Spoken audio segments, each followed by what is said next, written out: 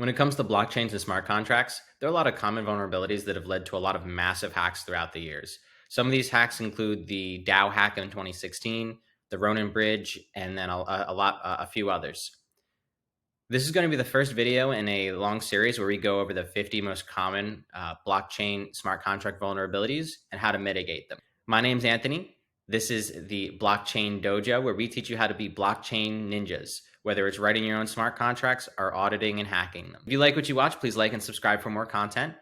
Let's get started.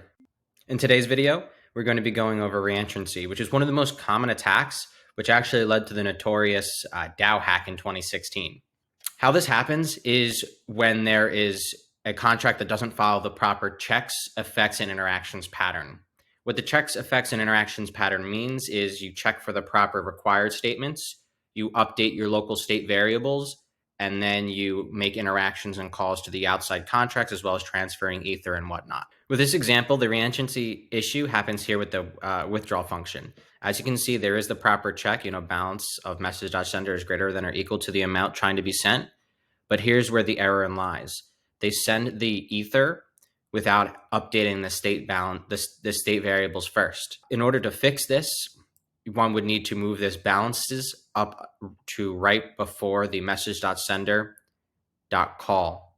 This vulnerability happens when the funds are sent to a malicious contract, which has a receive or fallback function coded in it that will be triggered when the ether is received, that will then recall the withdrawal function prior to the balances being updated. An example of the exploit is here. First, the malicious contract would call the hack contract, which will then donate and send the ETH there to update the appropriate state variables. From there, the withdrawal is triggered. Once the withdrawal is triggered, funds are then transferred into this contract, which triggers the receive function. This receive function will then call back into the contract until there is no ether left, which then, after the receive function finishes out, that is when the final withdrawal function finishes, which is then when the balances of the message.sender are updated. Definitely a really long explanation of how it all works, but ultimately how the reentrancy exploit happens is just when a malicious smart contract is able to call back into a contract before the state variables are updated, or to re-trigger the external calls out to drain contracts or tokens and whatnot. A very easy way to avoid this is to use a reentrancy guard or to use the proper checks, effects, and interactions pattern. The checks, effects, and interactions pattern that you would want to follow to fix this function would be as follows.